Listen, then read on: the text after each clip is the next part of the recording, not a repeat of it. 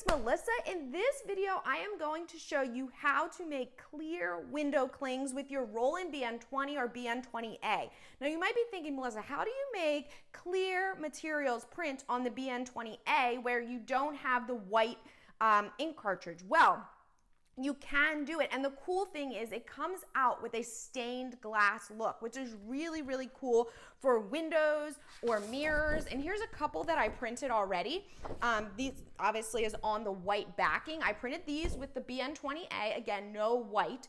And then this one too. This is what it looks like when you're just holding it up. Now, when you put it on the window, which I'll show you at the end, it has a really cool effect. And I actually really like it for mirrors as well. Kids have fun with these. You can make these for, holiday decorations or whatever, but I'm going to show you from start to finish how to do this. I actually think this is a great beginner project for Roland because you really don't need to worry about cut lines. You can, obviously, but I'm going to show you how you can almost do that exact, you can do pretty much everything in Roland Versaworks, specifically when you have a design that just has a square rectangle border, okay? The other thing is, even if your cut line's a little off, you don't have to worry about bleed because the material is clear itself, okay? All right, so let's switch over to Versaworks and I will show you how to do this.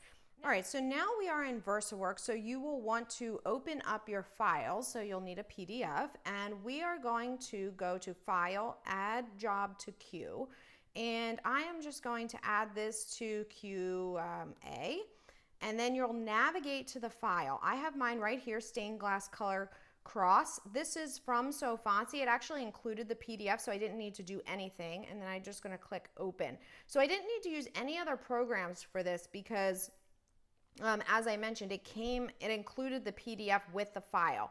So what I will have to do is a couple of little things here in Versaworks, including getting rid of this white border that's around the design. So the way that we do that is we're going to right click and then click Settings, and from the tab that opens up, the window that opens up, we will go down here to Clip and Tile. So this is going to allow us to get rid of all of this extra space and kind of crop this down. So we'll want to click Clip Image, and then you can use the arrow keys here on the height and width. As you can see, it's pulling on that white space up, and we'll pull it close to the black border. Now the nice thing about the window cling is that because it's clear, it doesn't matter if you are not exactly on the edge.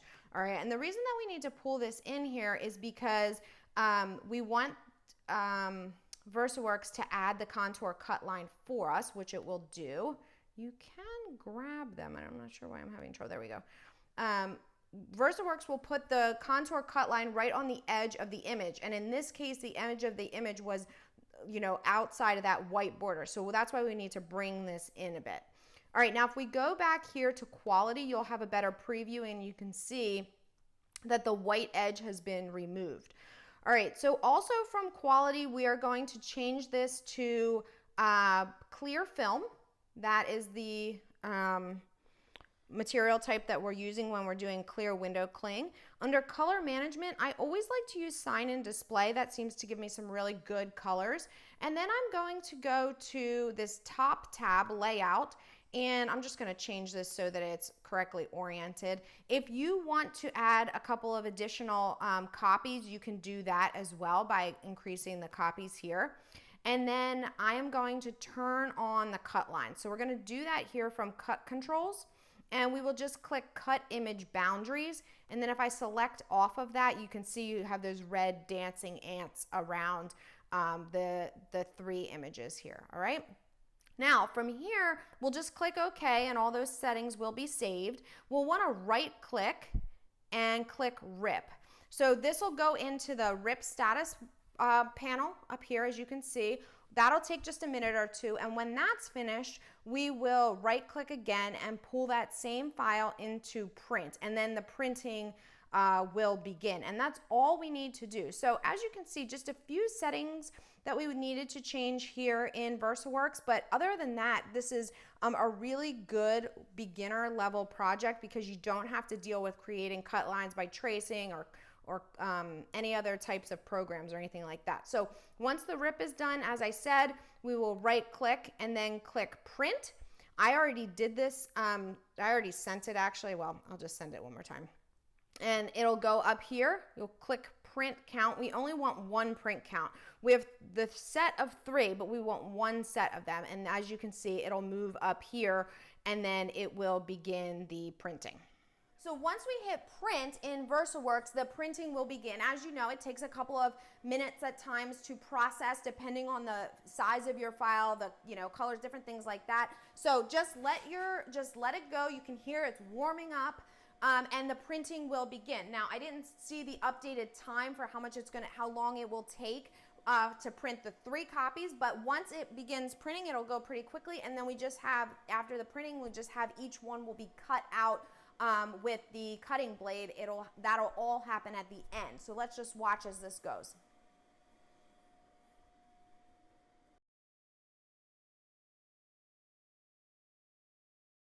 Okay, so the cutting is now done. You can see the color on this is unbelievable. So I'm just gonna peel one up because since we added that cut line around the edge, you'll be able to peel that. Let me grab a tool here.